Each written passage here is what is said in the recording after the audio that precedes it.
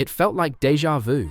Lewis Hamilton, drenched in Silverstone's chaos, battling through torrential rain and relentless safety car interruptions, only to find himself once again chasing the elusive podium. This time, with Ferrari's SF25 under him, a car he bluntly called the most difficult car I've driven here. But were these struggles just a rainy day fluke, or is there something deeply flawed in Maranello's DNA? Hamilton's best effort of the weekend was fourth, a result that, in any other season, might seem respectable. But for a driver who has dominated here 9 times, it felt like defeat.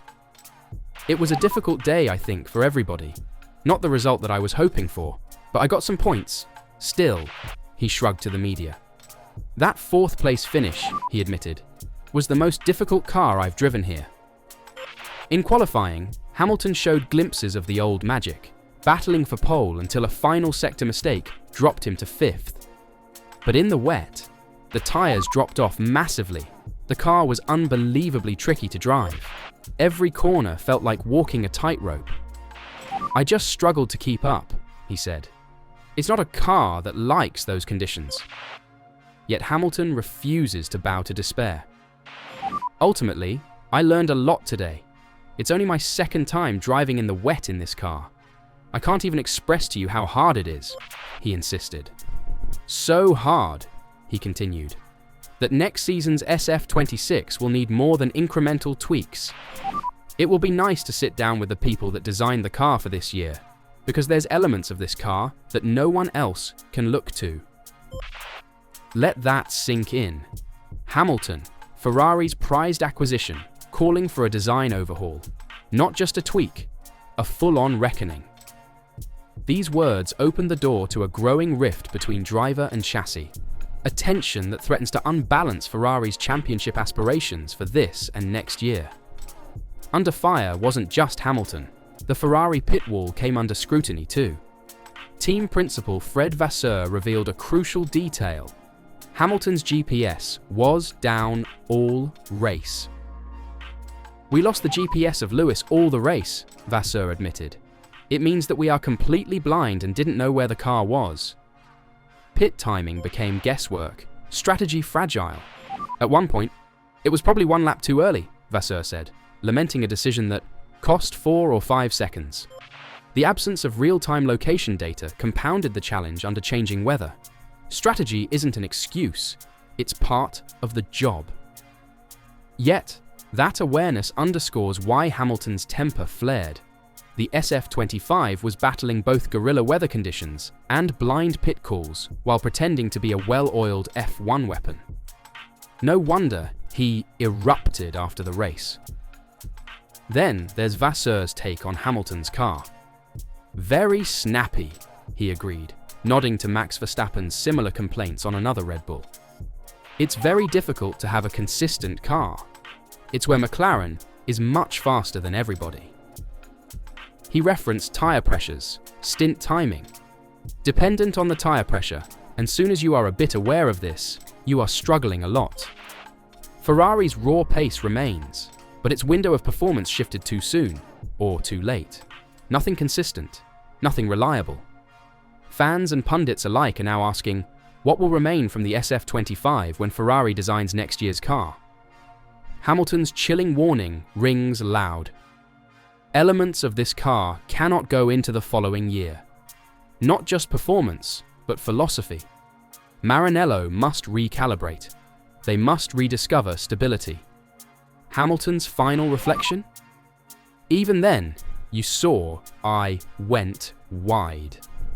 So, lots of mistakes today. Mistakes bred not of driver error, but fatigue, a fierce battle to keep the car on track. Struggling to manage its mood swings, Hamilton couldn't focus on attacking. He was firefighting its instability. The message is clear. Maranello's masterpiece feels like a wounded animal, dangerous, unpredictable, unreliable. This is more than a mid-season wobble. It's a warning shot. Ferrari's designers may yet salvage pace and recover consistency, but the clock is ticking. Hamilton is patient, but not forever. He has spilled data, demands dialogue, and called for change. I might have to sit down with the people that are designing the car for next year. Few drivers have had the pull to bend Ferrari's roadmap, but this isn't just any driver. This is Hamilton. The next race looms as Spa approaches, a weekend where rain could fall again. Will Ferrari listen? Because the next time the rain falls, the world won't remember whether he finished fourth. It'll remember if Ferrari was brave enough to evolve. Hamilton's spotlight is brightening cracks in the SF25. Cracks Ferrari must fill or risk collapse. And even as the championship drifts on, one question burns hotter.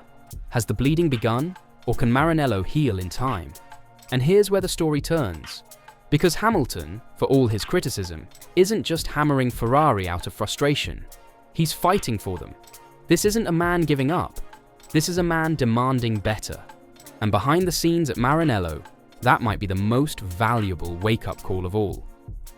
The SF25 is fast, no doubt, but it's fast only when the stars align.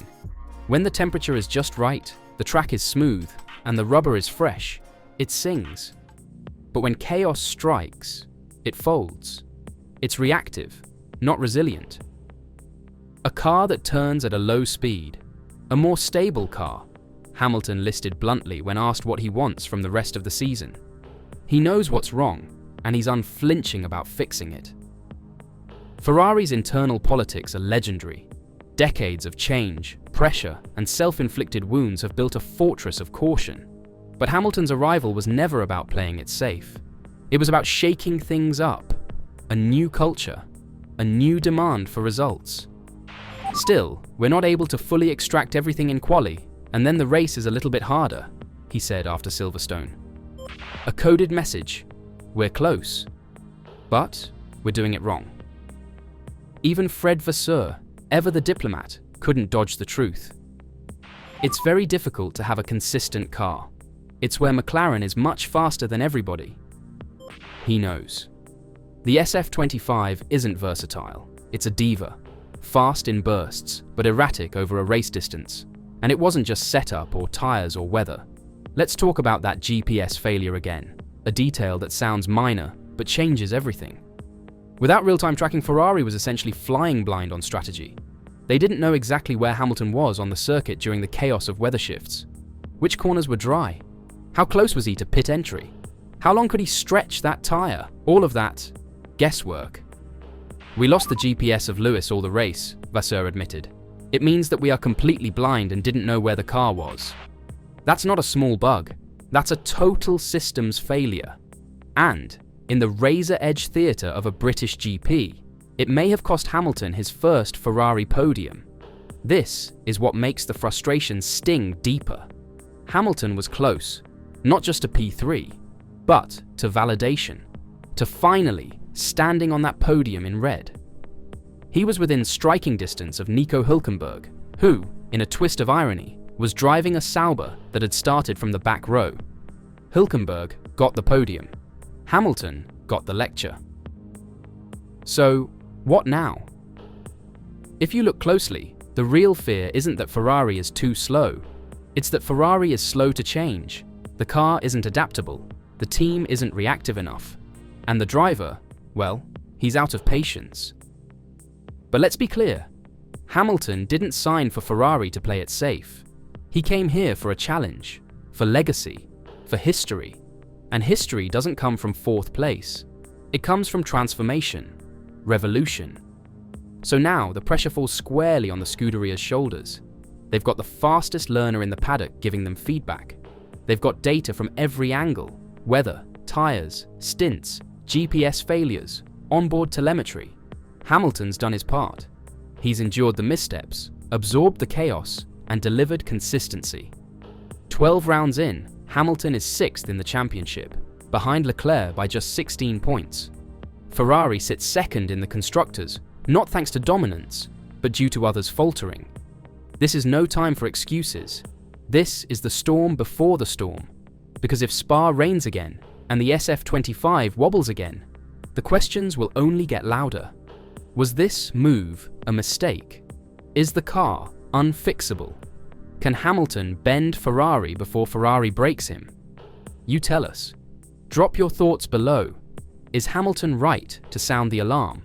Or is Maranello once again too stubborn to hear it?